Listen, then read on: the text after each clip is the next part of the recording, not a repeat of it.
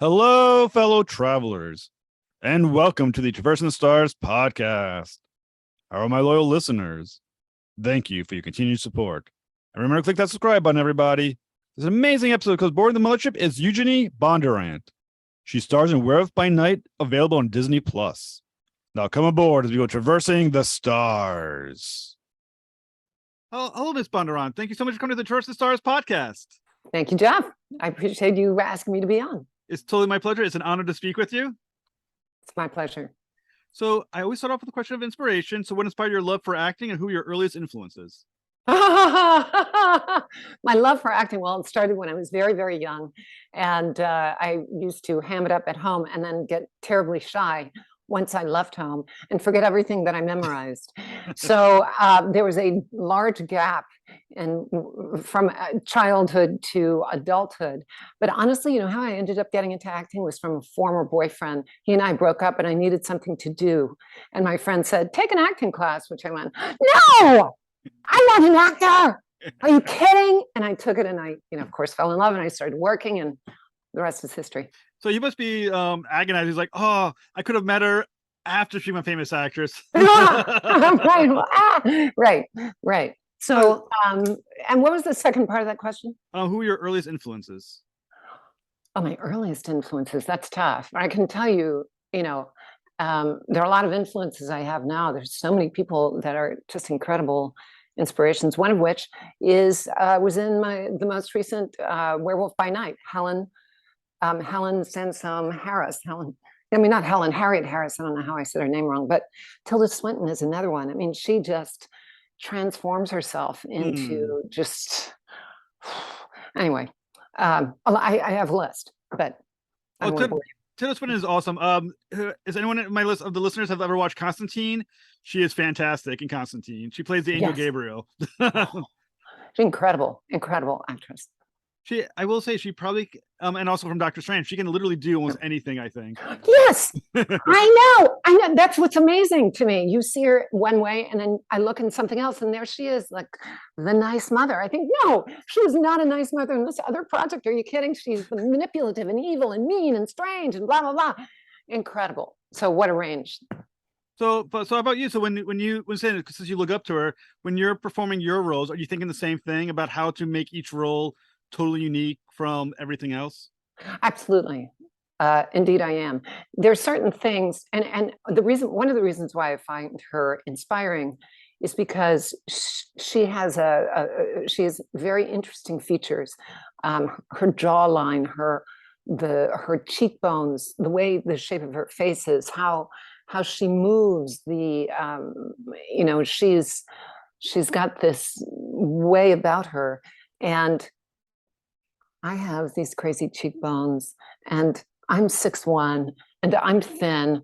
And I think, gosh, man, I usually end up playing these wonderful, fun roles. And she does too. So another reason why I look at her for inspiration. She's an incredible actress and she's able to jump over to all kinds of things. So yeah. So I read that you actually have earned a certificate to teach the Meisner School of Acting. Yes, indeed. Now, the interesting about the Meisner technique is that it's all based on people you're performing against, is my understanding of it. Yes. So as an actress and someone who is yourself very good at it, how dependent are you on the other actors being as good as you?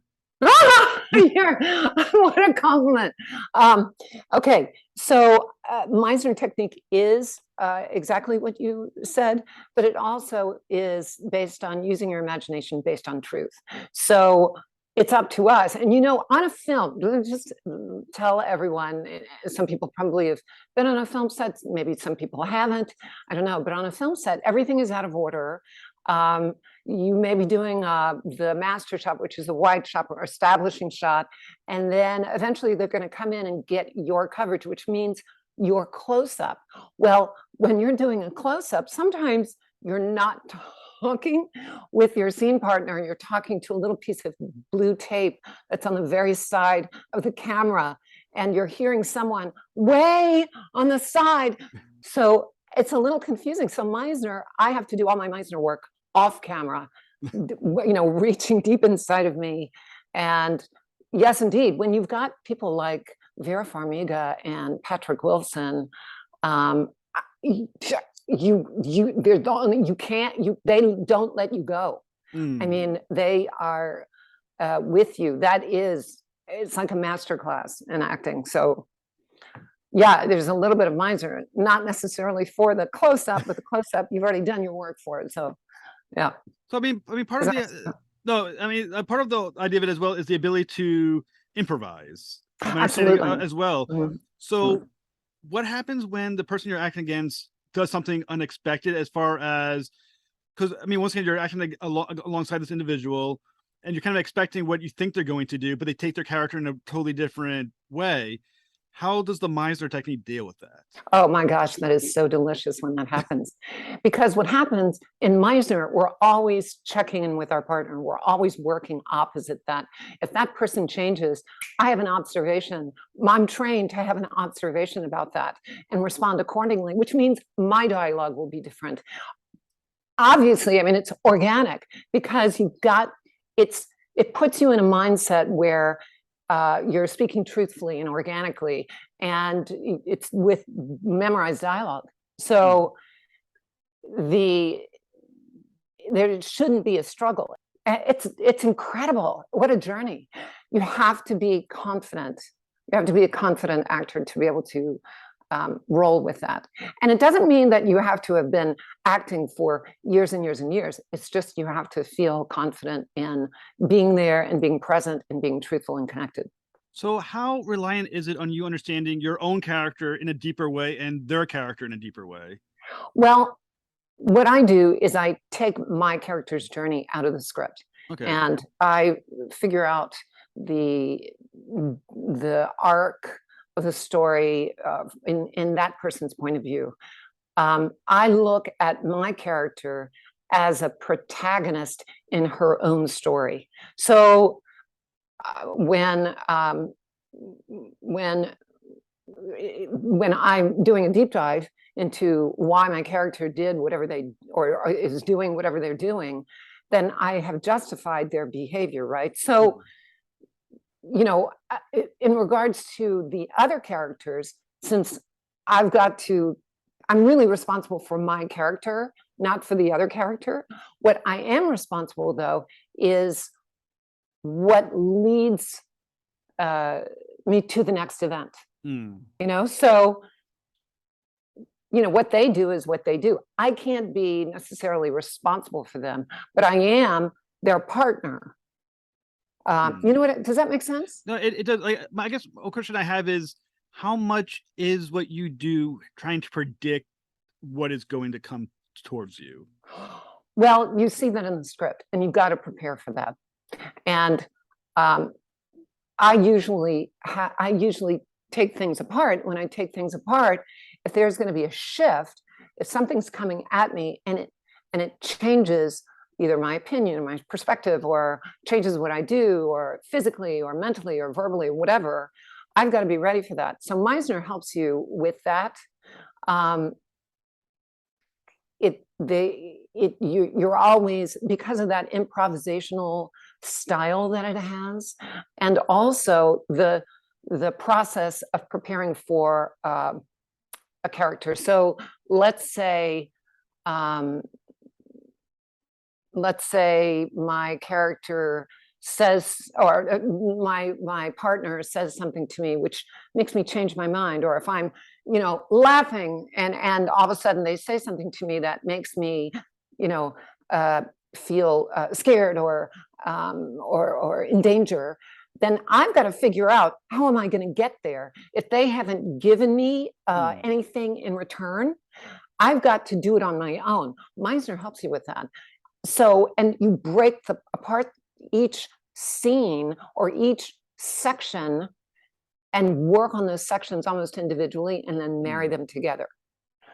And it doesn't have to be, I always tell my actors, because I teach acting as well, you don't, there are a lot of actors who marry, let's bring that word up, a method or a style.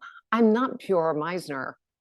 I mean, I don't know I'm whatever works style, but primarily Meisner, because Meisner really creates the substance, right? So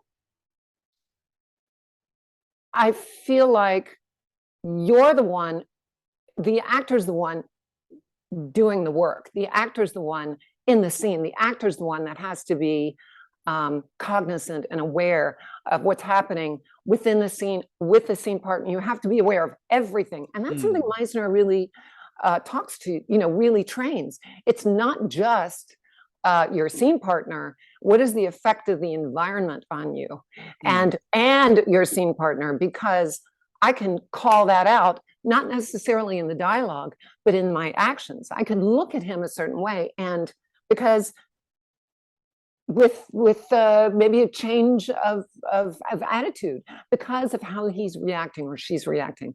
I feel like I'm going all over the place. No, Are you following me along? It totally makes sense. Totally makes sense. Okay. I guess my one question on that is, where does the director fit in that? Because sometimes I imagine what your instincts are and what a director wants is not always going to align perfectly. What director? No, any director. I'm just kidding. Just kidding. What? There's a director? Well, that's true. Sorry, I just wanted to cross my legs for a second. So the director is the captain of the ship, and the director has so much that's going on.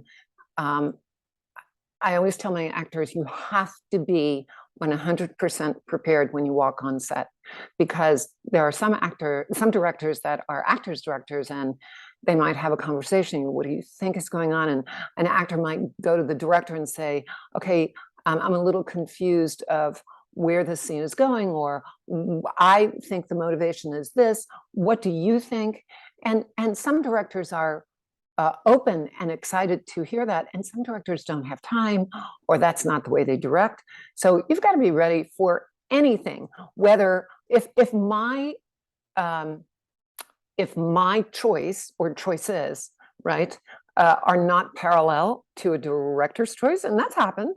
I mean, it's not been a drag out fight. I'm a really low maintenance actor. And the director says, why don't you, I don't think it's that, humorous. I think you need to pull back. Sure. I love that. It's like, bring it on. You're watching the monitor. Hell yeah. I don't know what I look like, so let me guide the ship, if they give me direction, great, fabulous. Because you know what? They see it, if they'll see it in rehearsal, right? They'll see it if you're auditioning for something, they see it in the audition. And if there's time, the director will talk to you in advance. If there's certain pivotal scenes, they'll talk to you in advance and say, okay, so I was looking at this and if it's that important to them. How has your understanding of the method of Meisner and the techniques changed the more you've taught it? Yes. I add more stuff. The other day I thought, I'm gonna bring in this improv. I just created this improv, which normally I don't do. Normally it's very, very structured.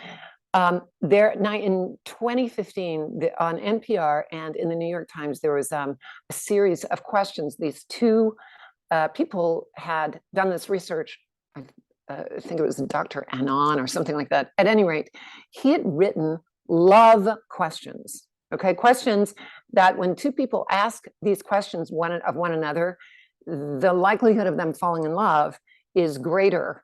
And they're really deep questions. I mean, I remember back in 2015 reading this, and I thought, I'm going to keep this for one of my acting classes. It's going to be so cool.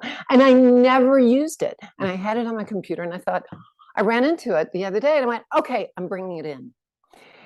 And what ended up happening, so this is a way of things shifting and changing. And I think every teacher has that. Anytime you teach any kind of method, you grow with your actors, right? And you change things according to just the mood or momentum or the rhythm or what you've experienced or whatever.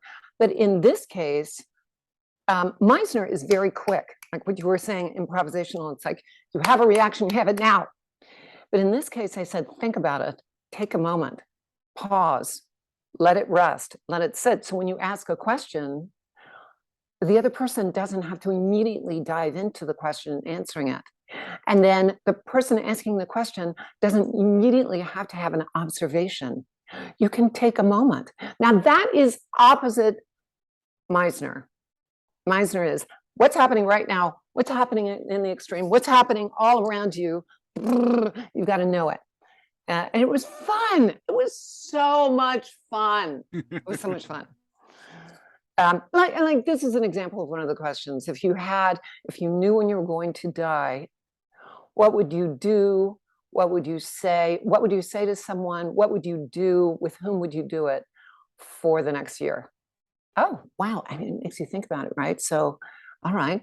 So within a year, you can pack in whatever you wanted to pack in. What would you do? And that the other person had to think about. Well, just the mere fact of sitting there thinking about the question, that's something to observe, right? So you're observing every nuance. So the person who asks the question observes every single nuance of that other person, which is just wonderful. Humans are wonderful creatures, right? Yeah.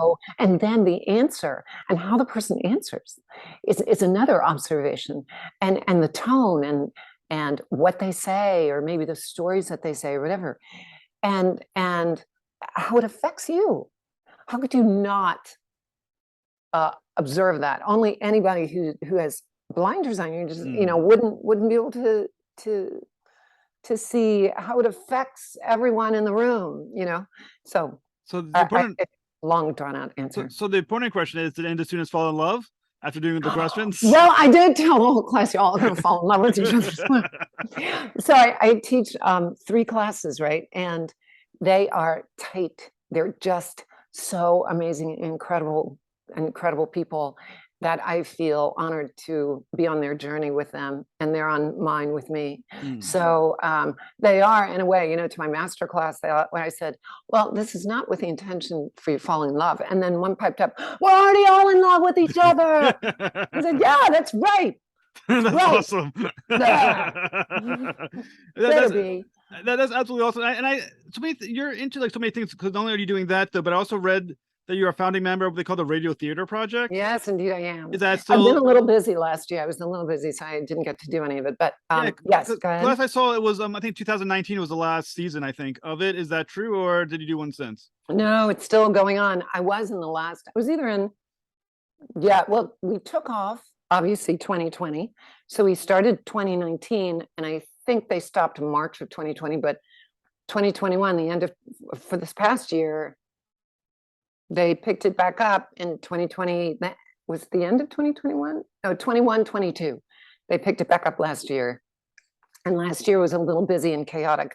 So with filming and traveling and blah, blah, blah, blah. So yeah, I think you're right. I probably have not been in a project since 2019. I think I'm supposed to be doing the December show. So that's exciting. It is, the Radio Theater Project is, they're all short scripts, and a bunch of actors get up. We do it in front of a live audience. It's recorded, it's put up on the web, and each one of us has a different character. Sometimes we have multiple characters. We've got Foley on the side. For those of you who don't know what Foley is, it's special effects. It's the walking. And so you see the shoes on the wooden plank, and then the door creaking. And so Matt, who's our Foley expert, has a miniature door, which has a doorknob, the creaky doorknob, like, and then the glass, the water. And so he pours it really high, and it goes into the glass, like, so you hear the real sound of that. Anything of punching or any muffled sounds. He's got a big cloth bag that's, this giant bag full with clothes, and he punches the bag like, so it's all this muffled sound. It's so much fun. I don't know whether to watch him when I'm in the audience, the actors, or Carol Downing, who does our signing.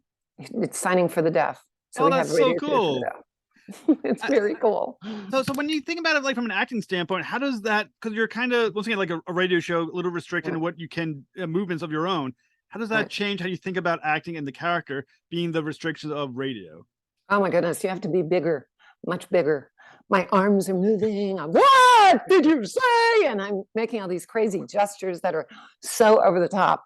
So I feel like it's more it's more broad than even a play. So imagine you're doing a play, but it's, if it was taped video wise, I mean, we have taped video, but you'd see us. We're all making crazy faces and just nuts. It's nuts. It's crazy fun. Yeah. So that's the difference. Do you guys tour, or is it in one location?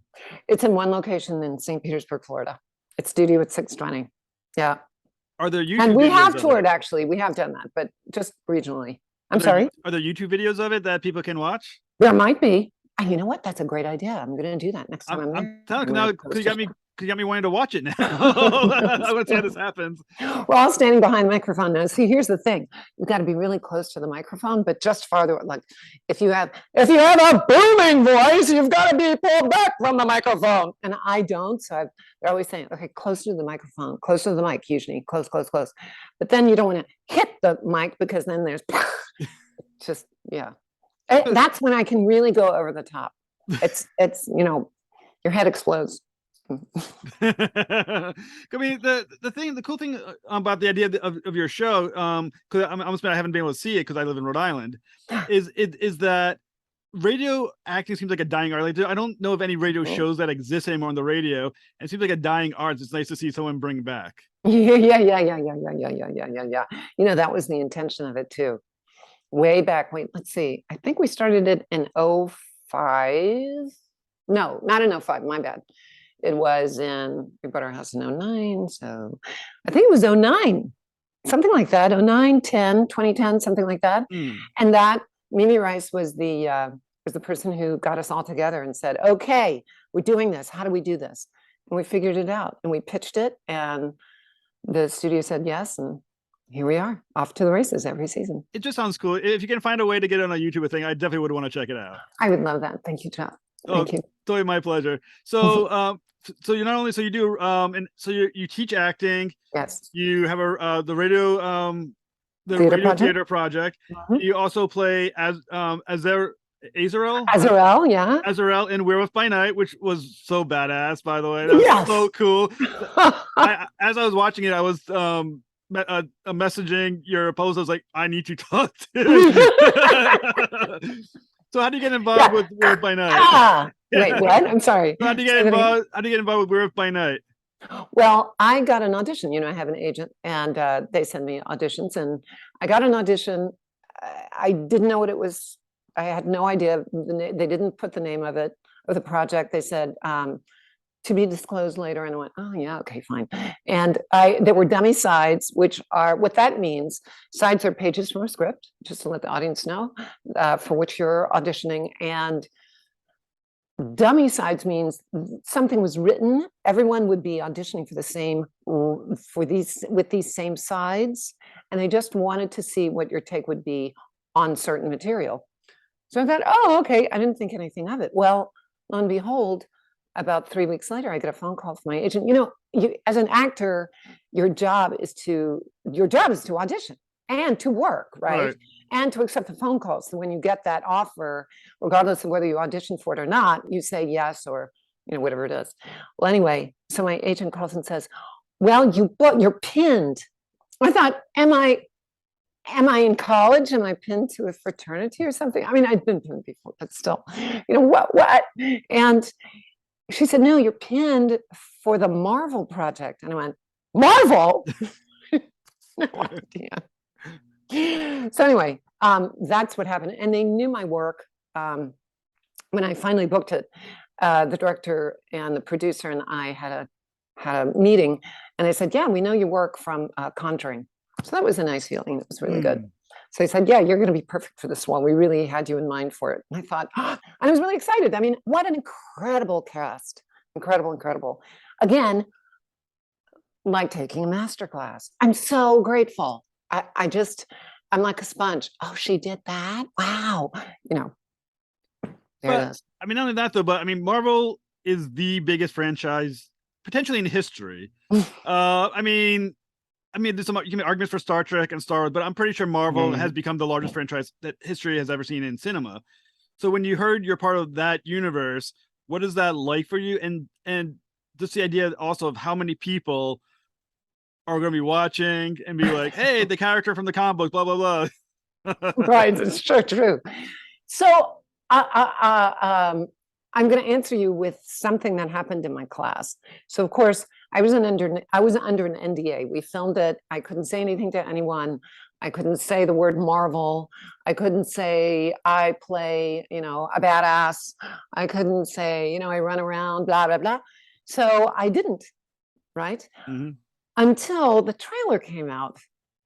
And I'm teaching class. It's my master class.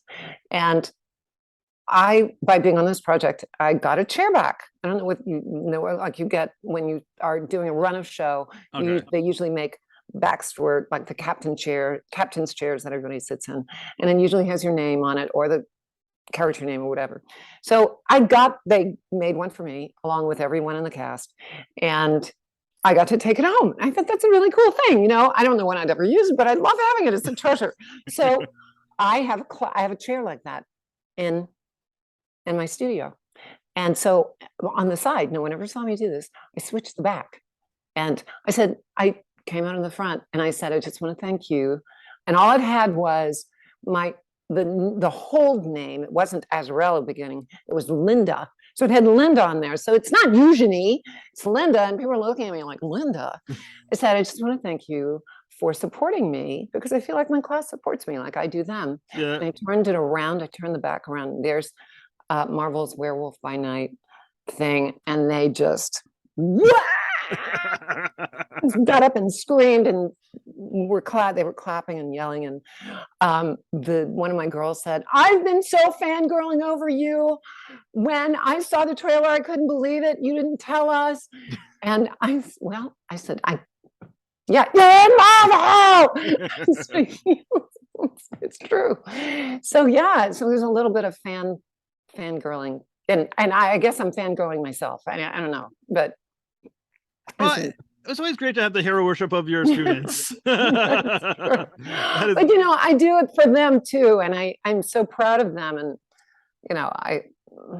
anyway, there you go. Once you're a friend, you're a friend. Well, the cool thing about I'm always get the name right. I keep on saying Azrael, but it's Azarel. You can probably say whatever you want as long as you say it. Keep on saying it. Azarel. I think that's how you pronounce it. Azarel. I don't know. I'd love to hear what people's interpretation is. I can hopefully some of our listeners are screaming at the screen right now going, it's this. And I'll be like, that's I know, awesome. I hope so too. Yeah, do it. So when you were given that role, you finally found out who you're going to be. Mm-hmm. How did you find the throughway into that character? Oh boy. Okay. So we did not have access to the script early on. So, and I kept on thinking, well, when am I going to get that script? Because I really would like to know what my character is about. I had a little bit of character description from the audition, but again, that could change. And it was 2 days before filming, we got the script or got certain pages. Like, okay, this is what you're filming on Monday. What? What is this? At any rate, I did do a deep dive. I was able at some point to get access to my dialogue and to the actions of the other people, and cobble together quickly some semblance of what I thought her backstory was and the reason why she was there and what her spine phrase was. You probably have no idea what I'm talking about that, but what the deeper meaning was, what was her desire. And I always try to have a secret, like what's going on, she really, and what that is and how it's involved with the character and how it relates to the other people in the project. So yeah, it was pretty quick. So maybe 2 days. So what was the spine phrase? So the spine phrase, recognition. Okay. Recognition that I'm number one, not necessarily with that group, but my backstory was she came from a family of hunters, and she has a twin brother, and the twin brother was the one that was designated to be the lead hunter. And my desire was to prove my family wrong. And so recognition that I am the better hunter and that I'm going to beat everybody's ass, and that I can't believe I thought of this, but I thought, oh, no. You, I felt like, gosh, I can't believe I'm about to say this, but I manipulated my brother so that he was no longer able to physically hunt, and that I was the first, so I don't want to go into that so much because it make me sound like someone not very nice. I thought that is the only way she can be in that hunt. There's no one she's necessarily saving. She is fighting, and she's fighting for her name, and she is fighting as a woman. And honestly, I mean, this might be some story giveaway, I don't, just like a disclaimer, but you have Elsa Bloodstone, right? And here, there are only 3 women. And I'm a hunter, Elsa's a hunter. And I thought, yeah, that's who's going to get this bloodstone. Well, unfortunately, I didn't end up getting the bloodstone, but I worked very hard in getting it. So my thought was, oh, the both of us should get in cahoots with one another and get that bloodstone because we're women. Right. And here in the top of the show, you've got these men that are kind of looking at each other and they're trying to be better than the other one. Like, come on. I'm the last one to, spoiler alert, I'm the last one to get killed. Hello. So anyway, there was a lot more to that, but on the outside looking in, that's part of my backstory. We were just going to have a good fight with Laura Donnelly. What was that like? I know, right? Oh my gosh, it was so much fun. That woman is so great. She's so funny. And she's got this dry. So what you see on camera is who she is. I mean, she's dry like that. And so we had stunt training for many, many days beforehand. And here I am going in for stunt training. And the stunt group, such an incredible stunt team, well, they had coordinated everything. It was like this dance, this gorgeous dance for every single one of us. So I'm going, oh my gosh, I don't know how to do this and these moves, and I'm sore, my back hurts, and I need a massage, man. It's like, oh. And she comes in because she'd done all this training on the Nevers. Yeah. They'd done months of training, stunt training. So she's in like strong shape. And so her stunt double teaches her the choreography, and she picks it up like this. I'm looking at her going, Laura, how do you do that? I'm like, I'm fumbling over my feet. I'm pretty slick and smooth, but not with this. She's incredible. So yeah, it was a lot of fun. And thank goodness for our stunt team. Yeah. I don't know, quick fun fact. I don't know if anybody knows this, but, and I haven't posted this on social media, but I'm about to. Jess Durham was my stunt double. And she was also my stunt double for The Conjuring. Oh, very cool. Yeah.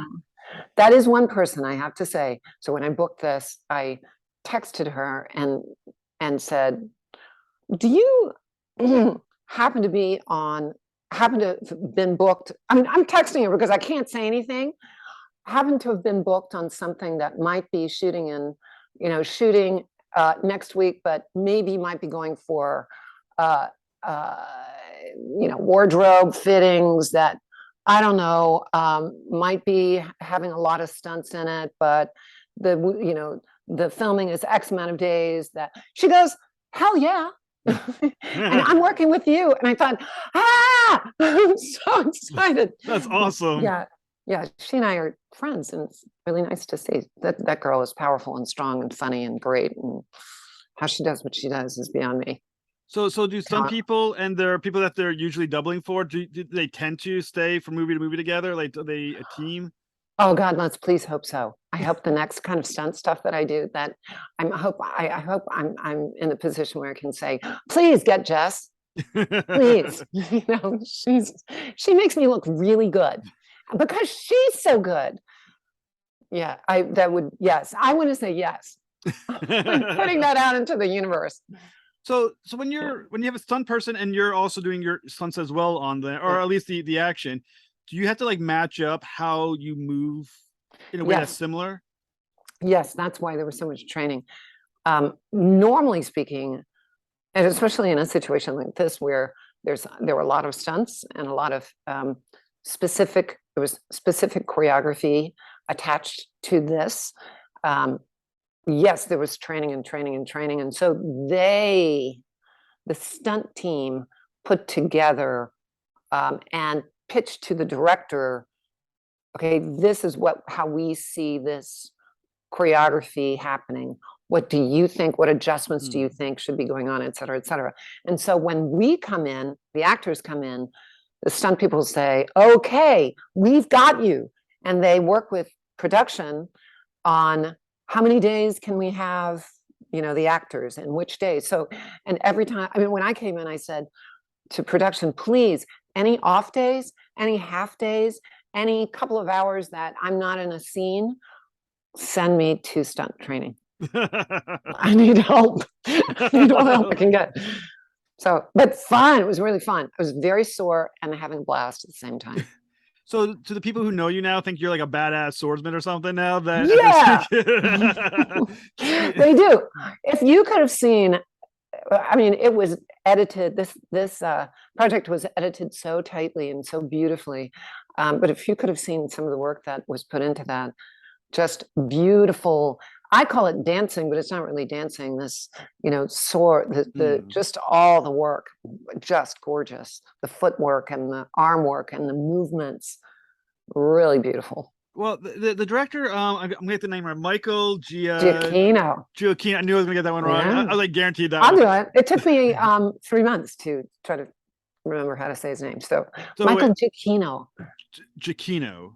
Giacchino, yeah, Giacchino. Giacchino. Okay. Yeah. If he's watching, thank you. I finally got it right. Thank you. I'm probably saying it wrong.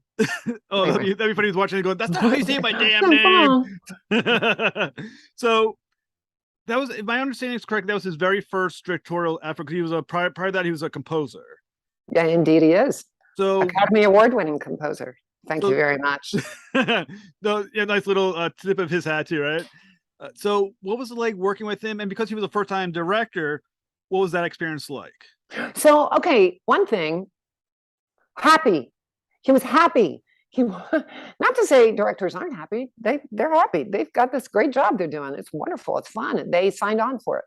But he would walk in, big smile on his face. We're shooting a Marvel project. At the end of the day, big smile on his face. And when he'd look at the monitor, big smile on his face. I mean, you can't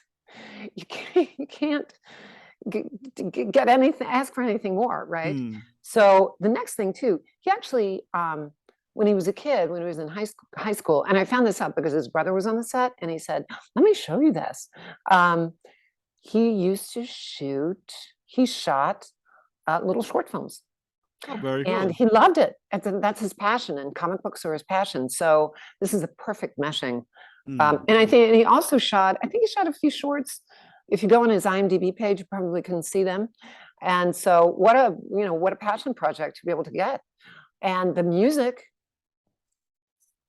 I mean, the music with this project, what a great experience, it just blends beautifully. I think what I love so much about that movie is that it feels like a 1950s Hammer horror film. Yeah. In the aesthetic, how it looked the season. I mean, when you were thinking about your acting, were you also thinking about how, like, an older aesthetic as well? Okay. I just read this, and we only were privy to certain things while on set. I found out while doing ADR, which is voiceover for your actions. Michael said, "It's going to be in black and white." And I thought, oh, that's fun. Wow. So it wasn't while we were filming, but what I read in an interview that Michael did was that his intention was to film it in black and white the entire time. He filmed it in color. And what the article said, and I thought, man, this is just so cool. So we didn't know that. But he showed the producer the black and white version and the color version. and they went for the black and white. And the black and white, so he had it in his mind. This is how this guy thinks. Okay, Michael, if you're listening, yes, I say yes. Whenever you're booking me for something else, the answer is yes. Okay, so yes, let's play again. Okay, so this is how he thinks. This is how creative this man is. And you can see by the result of the project. It's wonderfully shot. It's wonderfully composed. It's wonderfully edited. The costumes are marvelous. The set is marvelous. Makeup is on point. I will say the black and white was the good call. It would have lost a lot in color. I know. Yeah. Did you notice the cigarette burns? No. Wait. I'm trying to remember if I remember. I do remember thinking this felt like watching the old, Wolfman type movies. Yes. So I think, are you gonna do more action movies in the future? You know what? I'm saying yes. I don't know what they're going to be, but yes. Please, so sign me up. So what is next for you? I've got a project coming out in a few weeks called 115 Grains. And I'm going to retract what I was thinking and not saying. I'm saying I play a badass therapist, mental health therapist. I don't run around killing anybody, but still, I play a mental health therapist. It's actually a pretty dramatic film on PTSD, police PTSD, and police suicide. And I'm very happy to have gotten that role. And I'm the glue that keeps the film together, and actually this policeman together, this cop together. So I'm excited about that. So where can that one be found? Well, we'll see. I don't know yet. We're doing the director is doing a private screening for us, so I don't know what his intentions are. Again, I know this is probably a tough time for him, meaning he's, scheduling and blah, blah, blah, blah. So yeah, I don't know whether it's going to be streaming. I don't know whether it's going to be released. I don't know. So yeah, so that's the most recent one. I've got another one in the works and blah blah blah. So yay. Oh, I can imagine. I'm gonna say, I imagine people be banging down your door now after Werewolf by Night, being like, "You're not gonna be like the assassin in like every great action movie coming up." That's right. Just starring my stunt double and me. God, that would be absolutely awesome. So the what was the name of the one you said that's coming out that you're gonna be in? 115 Grains. I would love that. Thank you very much. It would be my pleasure.